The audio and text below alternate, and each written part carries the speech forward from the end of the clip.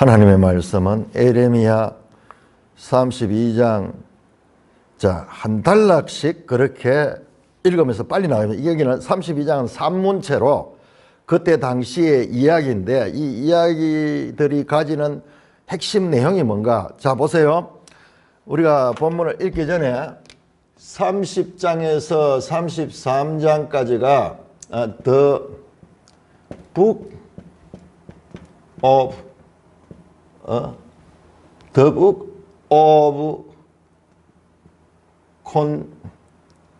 Conciliation.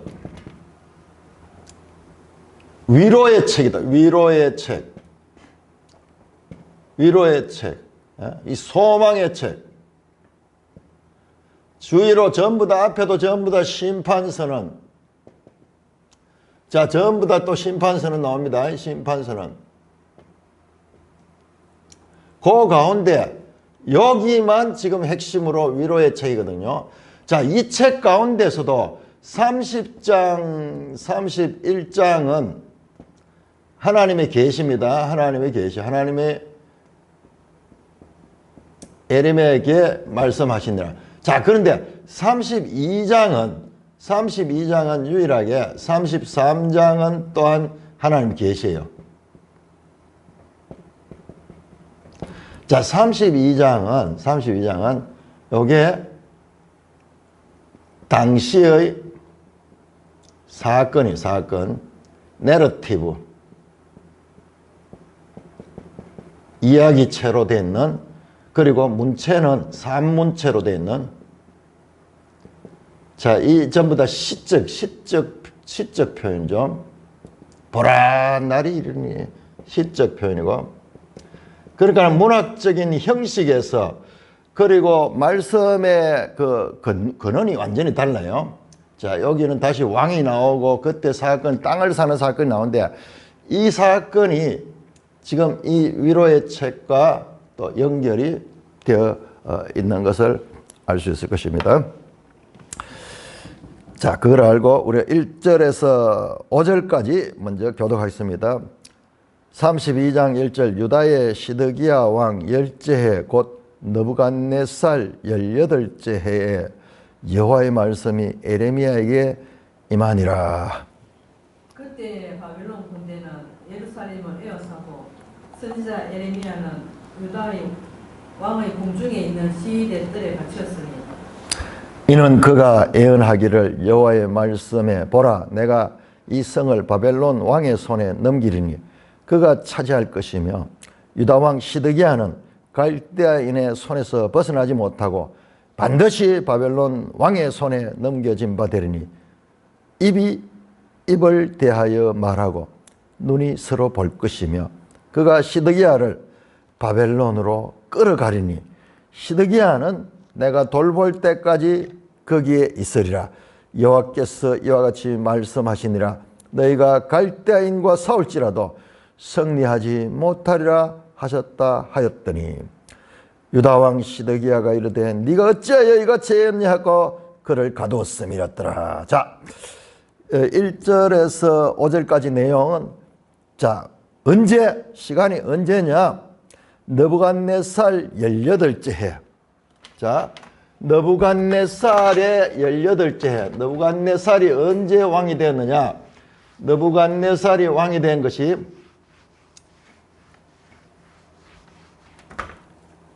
BC 605년입니다. 605년. 그래서 여기에다 18년을 하면은 이게 588년이에요. 588년. BC 580년. 자, 586년에 멸망하죠. 그러니까는 바로 멸망하기 직전이에요. 직전에 시드기야 왕 열째 해. 시드기야가 언제 왕이 됐었냐? 597년에 왕이 됐어. 그러면 지금 현재 언제입니까? 597년이니까 시드기야 왕 열째 해니까는 588년 587년, 588년 요 무렵이에요. 요 무렵. 그러니까 정확하게 지금 이 연대가 나오는 거예요. 연대가 588년, 78년 요 때입니다. 그야말로 전 이스라엘 역사의 말기 중에 말기죠. 한두 해를 남겨놓고 이때. 그때 어떤 상황이냐? 2절에 바벨론 군대는 예루살렘을 에워싸고 이미 바벨론 군대가 들어와서요. 다 점령했어요. 예루살렘과 라기스와 뭐 그런 곳 몇 군데 놔두고 다 점령당했어. 다 점령당해서. 그래서 우리 앞에 그 내용이 나옵니다. 앞에 보면은 에레미야가 궁중에 시대 뜰에 갇혀 있었다. 왜 갇힌 이유가 그가 예언을 바벨론 왕에게 항복하라는 거야. 바벨론 왕이 이 모든 걸 지배한다는 거야. 직접 시드기야 왕 앞에, 그리고 왕도 포로로 잡혀가게 될 것이고 거기에 잡혀가게 된다. 그러니까는 왕이 어찌하여 이런 예언을 했느냐 하고 그를 감옥에 가두었 그때입니다. 참 이 말을 하기 얼마나 왕 앞에 네 망한다 그렇게 이야기를 하니까는 우리로 한번 생각해 보세요. 일제시대로 치면 완전 친일파 매국노야. 자, 교독합니다. 6절부터 15절까지 교독합니다. 에레미야가 이르되 여호와의 말씀이 내게 임하였느니라. 이러시기를 보라, 내 숙부 살룸의 아들 하나멜이 내게 와서 말하기를 너는 아나도스에 있는 내 밭을 사라. 이 기업을 물을 권리가 내게 있느니라 하리라 하시더니 여호와의 말씀과 같이 나의 숙부의 아들 하나멜이 시위대 뜰 안 나에게 와서 이르되 청하노니 너는 베냐민 땅 아나도스에 있는 나의 밭을 사라. 기업의 상속권이 내게 있고 물을 권리가 내게 있으니 너를 위하여 사라 하는지라. 내가 이것이 여호와의 말씀인 줄 알았으므로 내 숙부의 아들 하나멜의 아나도스에 있는 밭을 사는데 은식 7세겔을 달아주되 정서를 써서 봉인하고 정인을 세우고 은을 저울에 달아두고 법과 교리대로 봉인하지 아니한 매매 정서를 내가 가지고 나의 숙부의 아들 하나멜과 매매 정서의 인친 정인 앞과 시대 뜰에 앉아있는 유다 모든 사람 앞에서 그 매매 정서를 마시아의 손자 네리의 아들 바룩에게 붙이며 그들의 앞에서 바룩에게 명령하여 이르되 만군의 여호와 이스라엘 하나님께서 이와 같이 말씀하시기를 너는 이 정서 곧 봉인하고 봉인하지 않는 매매 정서를 가지고 토기에 담아 오랫동안 보존하게 하라. 만군의 여호와 이스라엘의 하나님께서 이와 같이 사람이 이 땅에서 집과 밭과 포도원을 다시 사게 되리라 하셨다 하니라. 자, 이것은 이 배경을 모르면요, 이 무슨 이야기인가 알지 못해. 자, 무슨 내용이냐 요약하면요, 이와 같이 이제 포로가 되기 직전, 나라가 멸망하기 직전인데 하나님께서 에레미야에게 밭을 사라 그런 게요, 땅을 사라 그런 게요, 땅을. 그래서 그 기업의 상속권이 있는 자기 삼촌의 땅을 사라 그러는 거예요. 은 17세계를 가지고 사라. 그러니까는 아니 지금 이 나라가 망하게 될 형편인데 지금 매매를 한다는 거, 이거는 바보짓인 거야. 있을 수 없는 거야. 그런데 하나님이 명령하는 거예요. 명령하는 거야. 그러니까 에레미야가 거기 순종하는 거야. 내 생각에는 도저히 이해되지 않고 알 수 없지만 하나님의 말씀인 줄 알았으므로, 보세요. 8절에 보세요. 이것이 여호와의 말씀인 줄 알았으므로 그 돈을 주고 정서를 써서 봉인하고 정인을 세우고 은을 저울에 달아주고 법과 규례대로 봉인하고 봉인하지 아니한 매매 정서를 내가 가지고 하나멜과 매매 정서의 인친 정인 앞과 시대에 뜨는 모든 사람 앞에서 뭐냐 그러면 부동산 거래하는 거예요. 부동산 거래하는데 요즘처럼 이런 화폐가 발전되지 않으면 은 17세계를 저울에 달아가지고 정확하게 규정대로 주고, 그 다음에 계약서 2개를 쓰잖아요. 계약서 2개 써가지고 상대방이 하나 가지고 또 여기 하나 가지고, 그렇게 해서 하나는 봉인하고 하나는 봉인하지 않고, 계약서를 3개를 썼을 것 같은데, 이걸 보면은 자, 상대방도 하나 가지고 나도 하나 가지고, 그 다음에 보정용으로 하나를, 봉인한 거는 보정용으로 해가지고 나중에 여기 보면은 보관하거든요. 문제가 생기면, 당사자 간에 문제가 생기면은 이 보관된 거 가지고 확인하는, 요즘 지금 등기소 가면, 우리가 아무리 주장해도 등기소에 거기 없으면 문제가 해결이 안 되잖아요. 그렇듯이. 그래가지고 그 다음에 그 당시에 증인들 나와요. 이 당시에 부동산 매매 과정을 자세하게 볼 수 있는, 이 참 중요한 하나님의 말씀이지만은 어마하죠. BC 600년경에 이거 예루살렘에서 부동산 매매 거래를 어떤 식으로 했는가 증인들이 있고, 그 다음에 12절에 보면은 바룩이라는 사람인데, 바룩이라는 사람이, 이 사람이 뒤에도 나오는데, 이 사람이 서기관이야.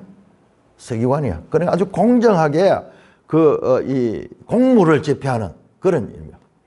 그래서 이것을 바룩에게 주고, 바룩은 그 매매 정서를 토기에 담아 오랫동안 보존하게 하라. 등기소 역할을 해요. 그래서 토기에 탁 담아가지고, 그러니까 여기 문서 창고가 있겠죠. 지금 우리는 지금 전자로 되지만 불과 얼마 전에만 해도 가면은요, 어떻게 됩니까? 등기소 가면은 등기소 그 책을 빼가지고, 그래가지고 한 권씩 다 돼 있죠. 이 당시에는 이것을 항아리에 담아가지고 그렇게 표시를 해가지고 보관을 했던 거예요. 그래서 이제 정상적인 토지 매매 거래를 하라고 명령하니까는 도저히 이거는 그냥 말이 아니고 물질적으로 금전적인 손해를 입는 일인데도 불구하고 하나님의 말씀이니까 에레미야가 순종하는 거예요. 에레미야는 하나님의 말씀이니까 순종해요. 도무지 자기 상식에 맞지 않는 일일지라도 순종하는 거예요.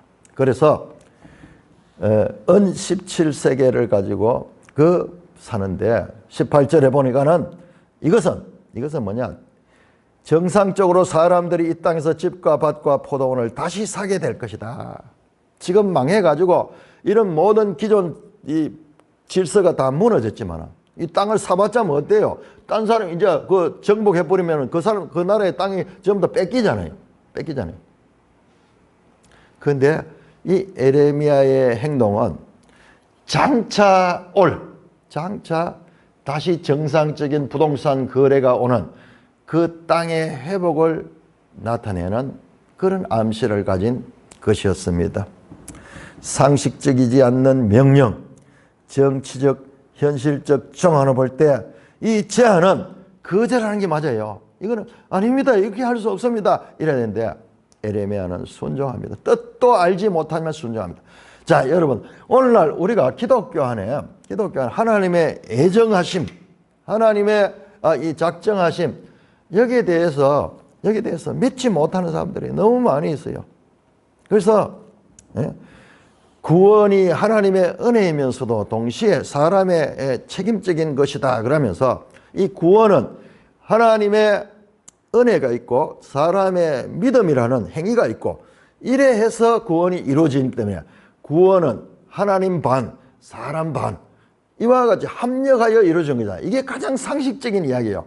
그러나 여러분 성경을 보세요. 로마서, 에베소서, 갈라디아서 전부 다 믿음은 하나님의 은혜라 그래요. 믿음은 이 사람의 행위인 줄 알지만 이 믿음은 하나님의 은혜라.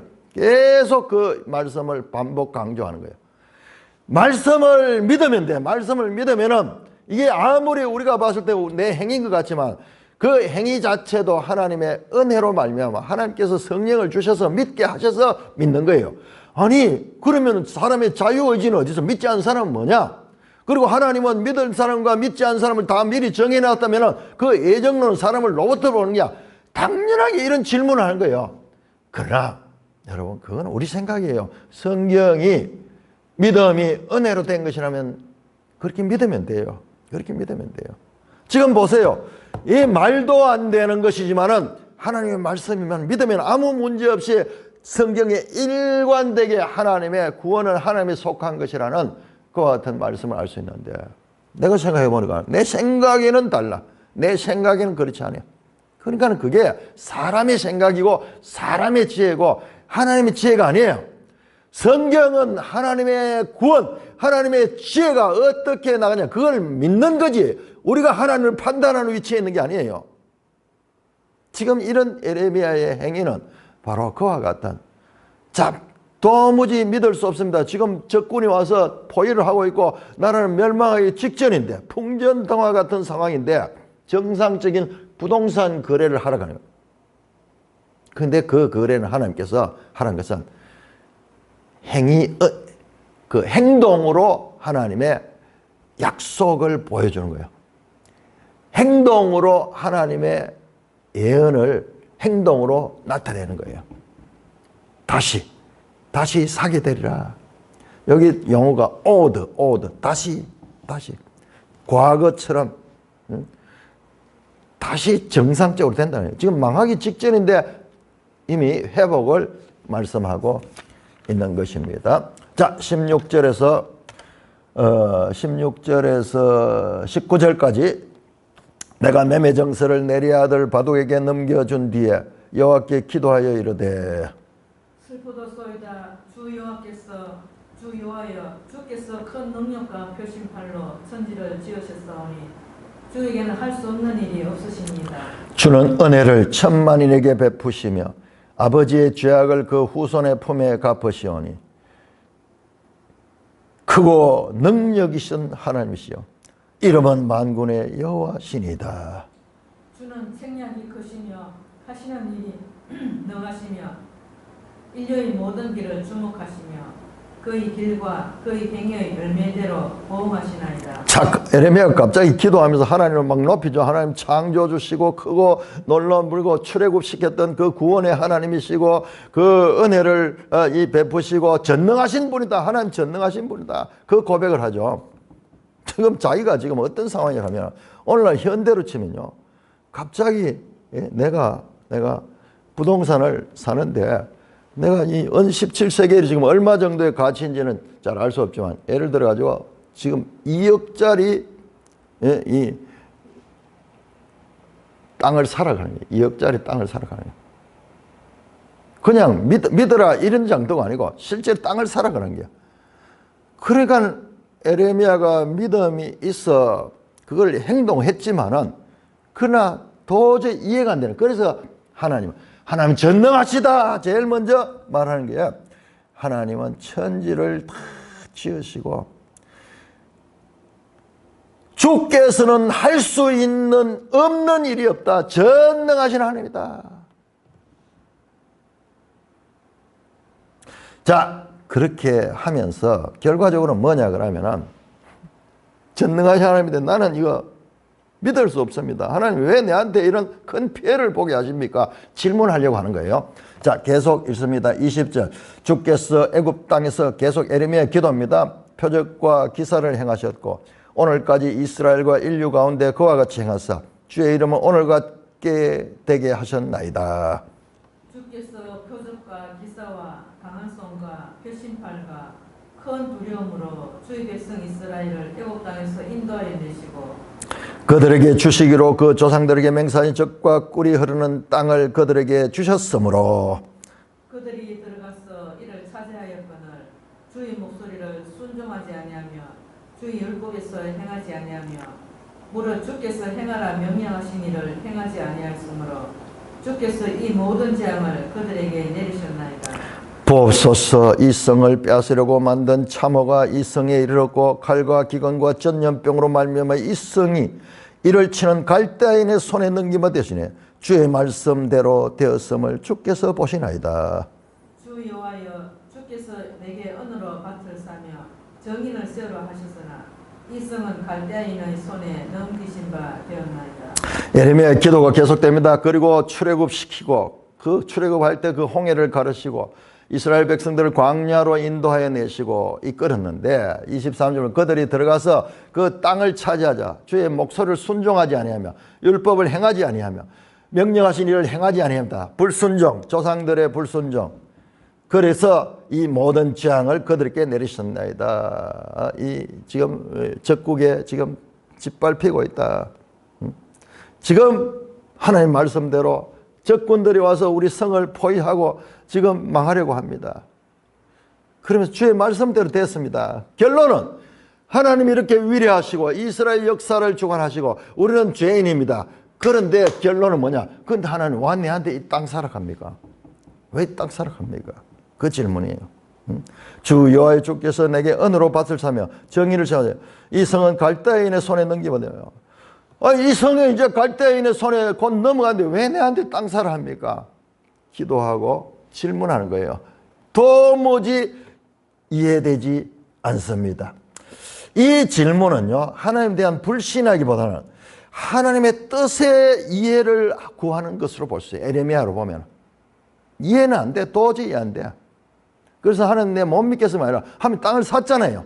그러고 난 다음에 하나님 내가 이 땅을 사라고 하신 이유가 뭡니까? 그거를 질문하는 것 같습니다. 자, 32장 26절부터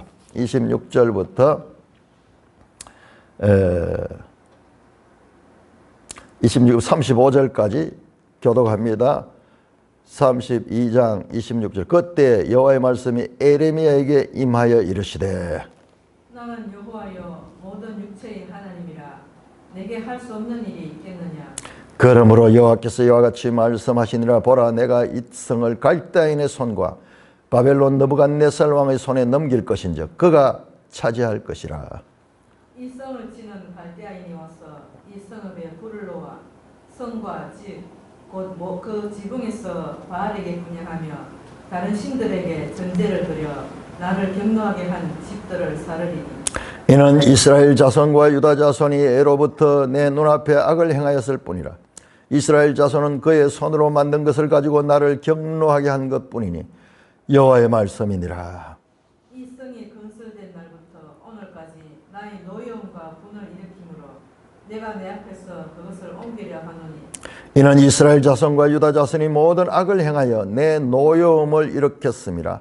그들과 그들의 왕들과 그들의 고관들과 그의 제사장들과 그의 선자들과 유다 사람들과 예루살렘 주민들이 다 그러하였느니라. 그들이 등을 내게로 돌리고 얼굴을 내게로 향하지 아니하며 내가 그들을 가르치되 끊임없이 가르쳤는데도 그들이 교훈을 듣지 아니하며 받지 아니하고 내 이름으로 일컫는 집에 자기들의 가정한 물건들을 세워 그 집을 더럽게 하며 흰놈의 아들의 골짜기에 바알의 산당을 건축하였으며 자기들의 아들들과 딸들을 몰래 앞으로 지나가게 하였느니라. 그들이 이런 가증한 일을 행하여 유다로 범죄하게 한 것은 내가 명령한 것도 아니요 내 마음에 둔 것도 아니다. 자, 에레미야의 질문이죠. 하나님 이렇게 현실적으로 망하게 되는데 내한테 왜 땅을 사라 하십니까? 그러니까 하나님께서 에레미야에게 말씀하십니다. 와, 선지자의 말씀을 계시하시기도 하고 질문에 대한 답변을 하시기도 하는 그 내용입니다. 자, 이것은요 뒤에 나오는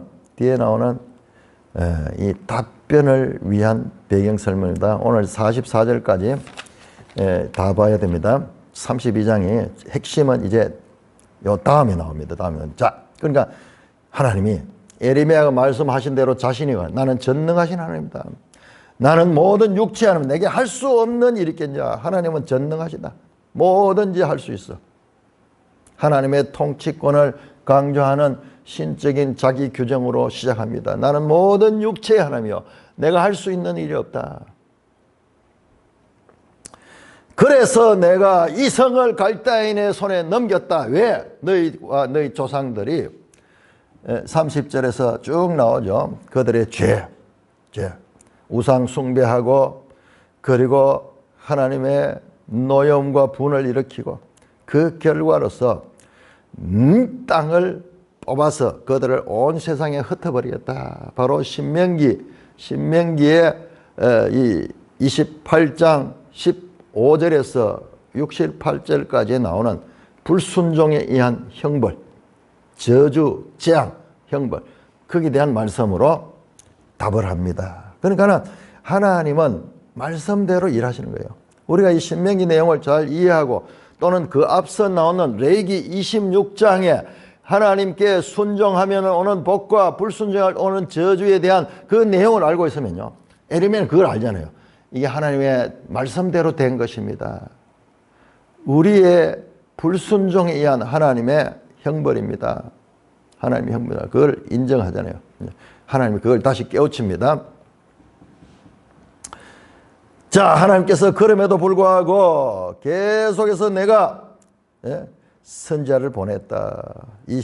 33절 그들이 등을 내게 돌리고 얼굴을 내게로 향하지 않으면 내가 그들을 가르치되 끊임없이 간절 그들이 내 교훈을 듣지 않고, 선지자를 계속 보냈는데도 계속 듣지 않고, 교훈을 듣지 않고 받지 아니하고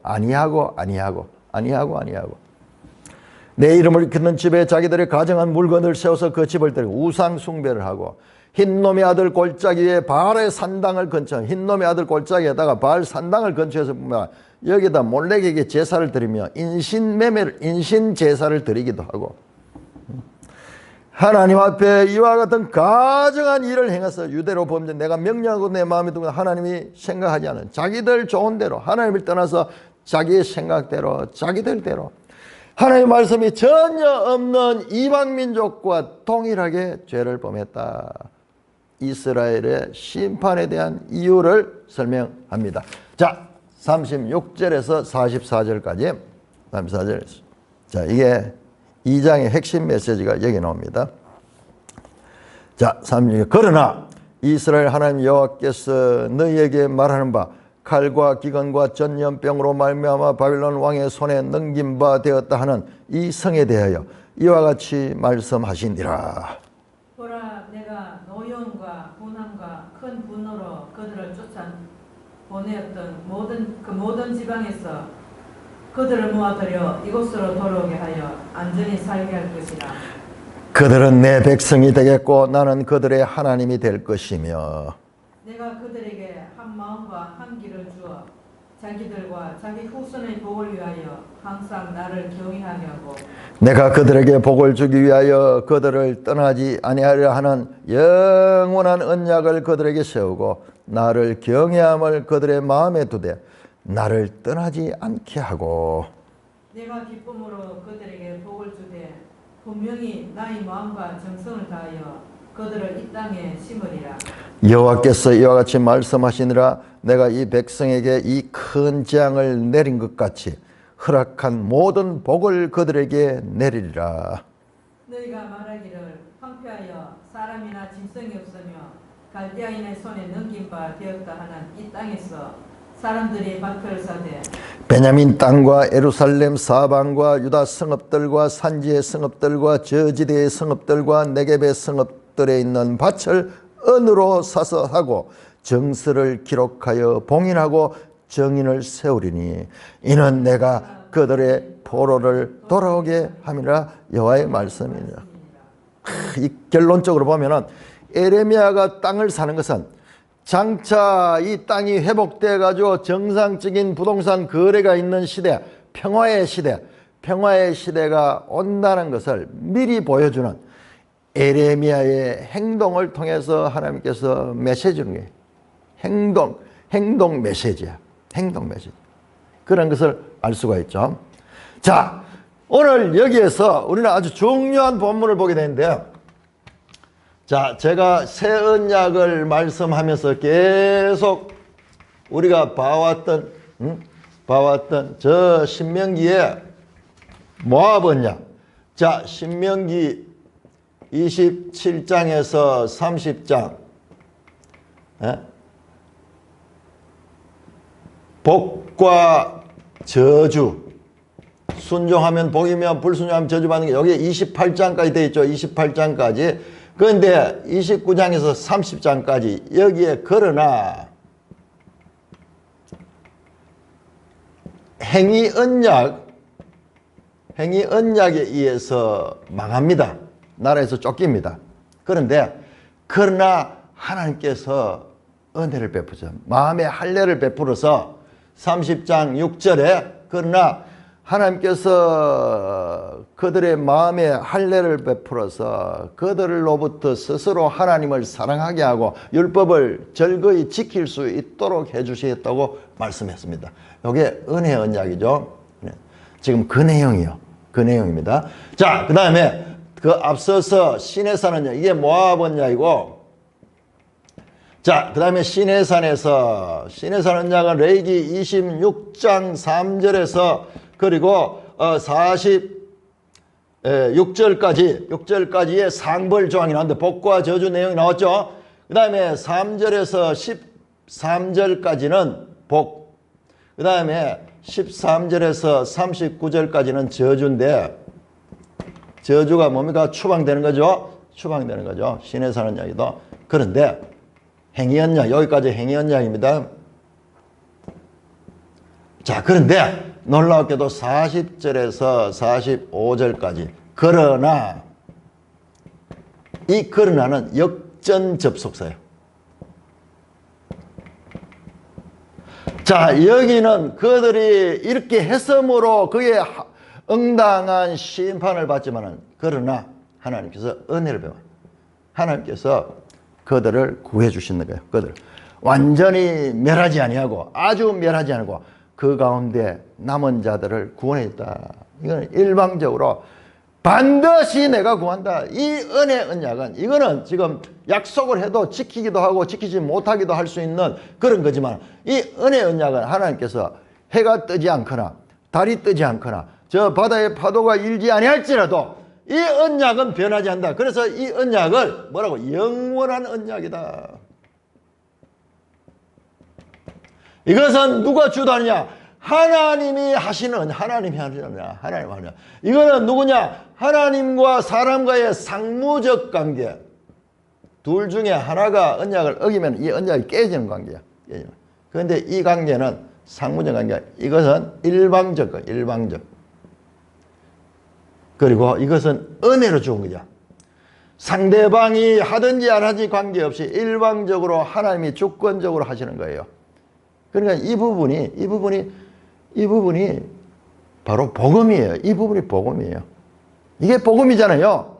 이거 어떻게 하십니까? 이 모든 것들이 중에 예수 그렇게 해서 이 땅에 오셔서 우리의 죄를 사하여 주시고 뿐만 아니라 부활하시고 성천하셔서 보좌 앞에 성령을 보내주셔서 죄사함과 성령의 능력을 주셔서 베드로를 변화시켜서 그렇게 하나님의 일을 행하게 하시고 교회를 세우게 하시고, 이와 같은, 이건 누가? 베드로의 능력이 아니고 베드로가 말합니다. 사도행전 4장에서 이 일들이 생긴 것. 그 성전 미문에 앉아있는 나면서부터 걷지 못하는 자를 낫게 하며 사람들이 웅성웅성해서 모여가지고 베드로를 우르러 보니까, 사람들아, 예루살렘 사람들아, 형제들아, 어찌하여 이 일이 내가 행한 처럼 나를 주목하냐? 이것은 모두 예수 그리스도께서 행하신 것이다. 하나님의 은혜로 된 것이다. 하나님의 은혜로 된 것이다. 행위로 된 것이 아니고 은혜로 된 것이다. 바로 이게 뭐야? 이게 바로 뭐냐? 믿음으로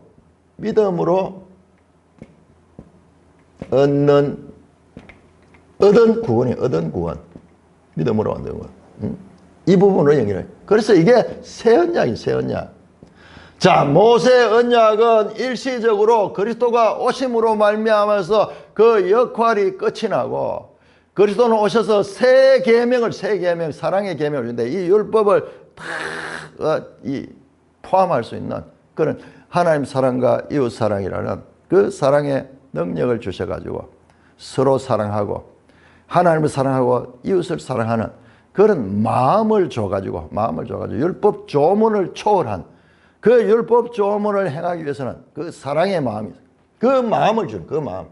이게 전부 다, 이게 에레미야 31장에 새 언약, 내가 새 언약을 맺으리니, 에스겔 36장 25절에 새 영을 주고 새 마음을 줄 것이다. 누가? 하나님이 일방적으로 하나님이 주시는 거예요. 지금 오늘 본문 보세요. 오늘 본문은 전부 다 일방적으로 그러나 자 앞에 나왔죠. 그들의 잘못으로 해서 심판받는다. 그것을 다 설명하고 느부갓네살이 와서 포로에 둘싸고 지금 너희를 지금 이 성을 함락시키려 하는 것은 그냥 된 일이 아니고 언약에 대한 불순종의 결과다.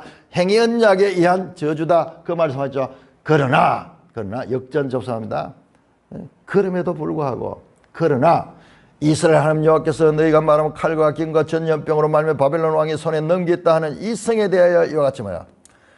자 바벨론 왕의 손에 넘긴 이 예루살렘 성에 대하여 이 유다를 대표하는 이 성에 대하여 뭐야. 보라 내가 노여움과 분함으로 큰 분노를 그들을 쫓아내었던 모든 집에서 다시 모아다. 이것으로 하겠다. 하나님이 이 불순종에 한 진노를 가지고 그 바벨론이라는 도구를 써가지고 나라를 멸망시키고 포로로 잡아갔던 그 나라에서 돌아오게 하겠다는 거야. 하나님이 이곳에 돌아오겠다는 거야. 지금 아직까지 함락하기 직전인데도 불구하고 이제 함락될 것이며 뿐만 아니라 언젠가는 이곳으로 돌아오게 하겠다는 거야. 그래서 어떻게 안전히 살게 할 것이다. 지금 이스라엘 백성들에는 이 풍전등화 같은 이 시기는 이 안전이 얼마나 중요해요. 불안하고 이 참 위기에 놓여 있는 그들에게 미래에 하나님이 그래서 이곳에 돌아와서 어떻게 하냐. 그들은 내 백성이 되었고 나는 그들의 하나님 될 것이며. 자 하나님과 이와 같은 하나님과 하나님 백성의 이와 같은 하나님 나라가 성숙관계가 여러분 에레미야 31장 31절에서 34절에도 이 내용 나왔습니다. 나는 너희 하나님 되고 너희는 내 백성이 될 것이다. 에스겔 36장 24절에서 27절에도 나는 너희 하나님 되고 너희는 내 백성이 되겠다. 이게 하나님의 소원이에요. 하나님의 소원이에요. 바로 하나님과 온전한 하나님 나라가 회복되는 것을 말씀합니다. 우리 어제 봤잖아요. 출애굽기 그 앞부분에서 나는 너희 하나님이 되려고 너희를 애굽에서 인도한 여호와다. 하나님의 소원이 그 죄로 말미암아 이 하나님과 관계가 깨어진 그 죄인들을 자기 백성으로 그들을 하나님 나라의 백성으로 삼기 위해서 출애굽시켰고 이제 이 새 언약을 통해서 그런 관계를 회복하고자 하는 것이 하나님의 구원의 장대한 계획. 우리 계획 보면은 수천 년을 통해서 이루어지지만은 그러나 하나님 보시기에는 이것이 하나님의 계획 속에 있고 이것이 하나님의 뜻을 이루는 거예요. 그래서 계시록 21장에도 가면 그들이 내 백성이 되고 나는 그들의 하나님 되어 그들의 눈물을 닦아줄 것이다. 온전한 하나님과 하나님의 백성의 관계가 이 새 예루살렘, 새 하늘, 새 땅에서 이루어지는 것을 보게 됩니다. 여러분 우리가 이 본문을 이걸 볼 때마다 하나님의 소원이라고 그래요. 언약 관계. 그들은 내 백성이 되겠고 나는 그들의 하나님 될 것이다. 누가 어떻게 해서 내가 하나님이 그렇게 만드는 거야. 이스라엘 백성이 불순종하니까는 안 되는 게 아니라 하나님이 그렇게 만들어. 아니 어떻게 그게 가능할까요? 그게 신비예요. 뒤에 나옵니다. 39절입니다. 39절. 내가 그들에게 한 마음과 한 길을 주어 자기들과 자기 후손의 복을 위하여 항상 나를 경외하게 하고 내가 그들에게 복을 주게 하여 그들을 떠나지 아니하여 하는 영원한 언약을 그들이 생각하고. 보세요. 하나님이 한 마음과 그들에게 한 길을 갈 수 있도록 내가 해주는 거야. 하나님이 하는 거야. 그래서 그들이 나를 경외하고 하나님을 사랑하고 하나님을 경외하고 내가 그들에게 복을 주어 그들을 떠나지 않아 하나님이 그들과 함께 하신 거야. 근데 하나님이 그들 속에 들어가 계시니까는 그들이 바뀌는 거야. 그들의 마음 속에 내 법을 두고 너의 마음 속에 새 영을 준다는 그 말씀의 또 다른 표현이에요. 내가 그들과 함께 하신다. 임마누엘 하죠. 임마누엘이 히브리어로요. 히브리어예요. 임마누엘. 하나님이 임마누 함께 한다. 임마누 함께 하나님이 하신다. 이게 뭐예요? 이게 바로 성막을 만들고 성막이 이스라엘 백성이 행진하는 곳마다 그 중간에 함께 했던 그것을 나타내는 그림이에요. 하나님이 임마누엘 하신다. 예수님 오셔서 임마누엘을 하라 그러죠. 그 임마누엘 어떻게 그들을 떠나지 아니한다. 어떻게 내주하심으로 바깥에 있으니까는 떨어져. 근데 하나님은 그 속에 들어가 버려. 그 사람 속에 들어가 버려. 그래서 그들을 하나님을 사랑하고 하나님을 경외하게 하고. 여러분 보세요. 요 단어가 똑같잖아요. 신명기 30장 6절에 예? 내가 너희 마음에 한련해서 너희가 나를 사랑하게 하고, 보세요. 너희가 나를 경외하게 하고. 어떻게? 하나님이 그렇게 만들어주는 거야. 내가 수양해가지고, 내가 깨달아가지고, 그렇게 하는 게 아니라 하나님이 그 마음 속에서, 그 마음에 새로운 마음을 줘가지고, 하나님을 떠나는 마음이 아니라 하나님을 사랑하는 마음을 주는 거예요. 나를 경외하면 그들의 마음에 두고 나를 떠나지 않게 하고 하나님이 그렇게 하시는 거야. 다음에 41절 내가 기쁨으로 그들에게 복을 주되 분명히 나의 마음과 정성을 다해 그들을 이 땅에 심으리라. 자, 여기에 모든 주체는 하나님. 그러니까 이게 은혜 언약 하나님이 하십니다. 여호와께서 이같이 말씀하시는 42절입니다. 내가 이 백성에게 큰 재앙을 나는 것이 허락한 모든 복을 그들에게 내리라. 자, 이것은 영원한 언약입니다. 영원한 언약. 자, 여러분 이 영원한 언약은요, 이 에레미야뿐만 아니라 이사야도 이사야 55장 3절, 61절, 8절, 자, 에스겔 16장 60절 우리 한번 찾아봅시다. 이거는 이 영원한 언약. 예, 신의 산 언약처럼 일시적인 게 아니라 영원한 언약. 자, 먼저 이사야 55장 3절.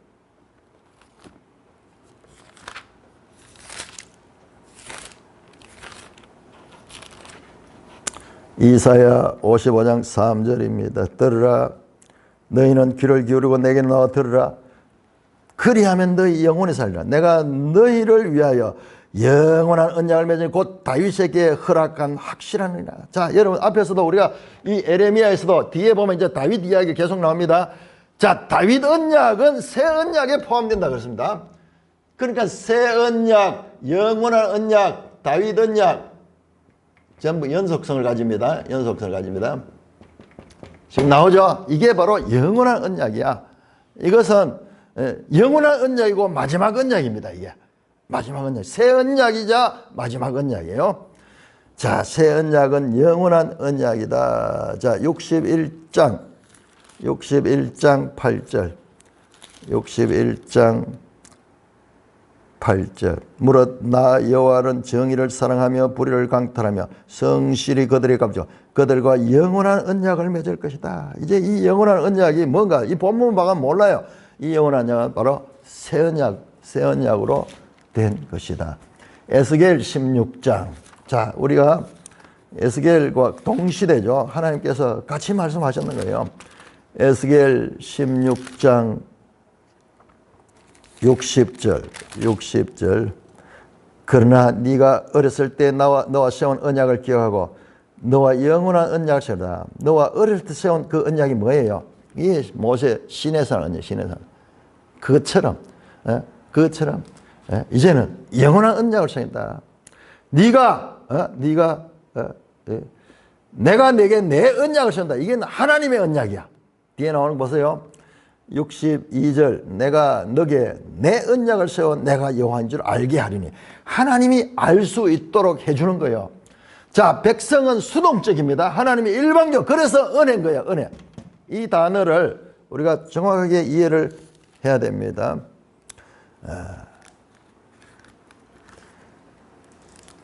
에스겔 37장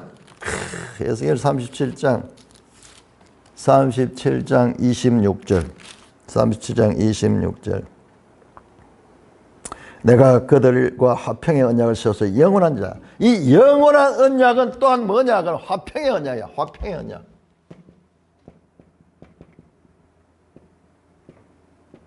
이건요, 심판이 없는 거예요. 심판이 없는 화평의 언약입니다. 여러분, 얼마나 감사하며 하나님이 은혜로 베풀어 주신 이 언약이 우리가 살 길이고 이것이야말로 소망 있는 것인데 하나님이 그 백성의 그 길을 제시하시고 있는 것입니다. 응? 그래서 그들에게 나를 경외함을 그들의 마음에 두어 나를 떠나지 않게 한다. 하나님이 마음에 할례를 행해서 그들을 하나님을 사랑하게 하고 그 하나님께서로부터 떠나지 아니하며 그 하나님과 붙어서 함께 살 수 있도록 하는 그 믿음으로 말미암는 구원. 여러분 여기에 이 신명기 30장 6절 이하에 나오는 내용이 바로 그 이야기예요.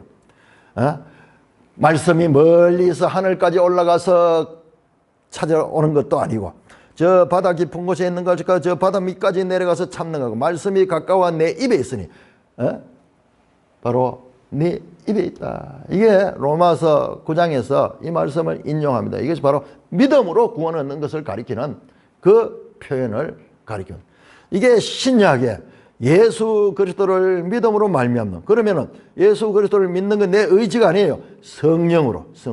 그래서 너희가 믿음으로 하나님의 은혜로 말미암아 그 믿음으로 구원을 얻는 거예요. 이 믿음은 우리의 행위가 아니고 하나님의 은혜로 나왔다.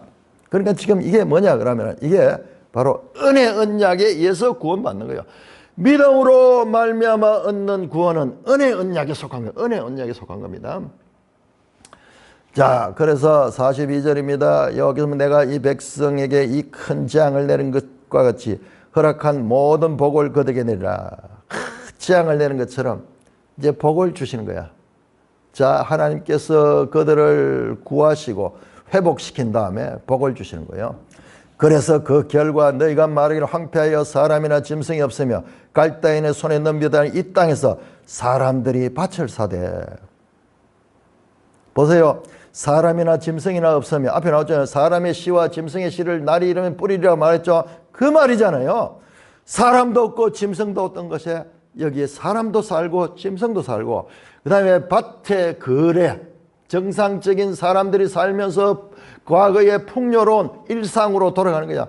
오늘날 우리가 이 땅에 살면서 이렇게 정상적인 생활하는 이 자체가 복이에요. 여러분 이것은 복인 줄 모르는 거예요 사람들이. 그러나 전쟁 시가 돼 보면 이게 얼마나 평화로웠던가. 그때 장가가고 시집가고 서로 물건을 사고 팔고 땅을 사고 팔고 이랬던 정상적인 거래가 있던 시절이 얼마나 복된 것인가. 그걸 하면서 구체적으로 베냐민 땅과 예루살렘 사방과 유다 성읍들과 산지의 성읍과 저지의 성읍과 네겝의 성읍들을 밭을 은으로 사서 정서에 기록하고 봉인하고 정인을 세우라. 정상적인 부동산 거래가 이루어집니다. 내가 그들을 포로를 돌아오게 하리라. 하나님께서 회복시키면은 이제 평안하고 안정되고 에레미야가 땅을 샀는 것이 이건 하나의 대표적인 사건이고 그 사건처럼 온 땅에서 정상적인 평화의 시대가 올 것이다. 그 말입니다. 그러나 여기에서는 단지 회복에 대한 메시지가 지만 이것이 얼마나 더 좋은 것인지 히브리서는 계속 비교급 더 좋은 언약, 더 좋은 것 옛 언약보다 더 좋은 그 상태로서의 변화예요. 그냥 과거의 회복이 아니라 그보다도 더 좋은 상태로서의 회복을 가리키는 것입니다. 자, 그러므로 이 언약은 바로 새 언약은 영원한 언약이고 그것은 궁극적으로 뭐냐? 은혜 언약이다. 그러므로 이스라엘의 자신의 행위로 말미암아 심판받아 망할 수밖에 없고 그래서 사람으로는 할 수 없고 하나님은 할 수 있느니라 하는 예수님의 말씀. 그럼 누가 구원을 받을 수 있습니까? 사람은 할 수 없을 때 하나님은 할 수 있느니라. 지금 여기 그 내용이 딱 나와요. 나는 전능하신 하나님이다. 내가 할 수 없는 일이 뭐가 있겠느냐. 그러면서 그들을 회복시켜 주시는 하나님의 구원의 메시지가 32장에도 동일하게 울려 퍼지는데 새 언약에 대한 더 풍성한 이해를 주어집니다. 이제 33장에 가서 다시 새 언약에 대한 깊은 내용들이 소개될 것입니다. 찬송가 397장입니다.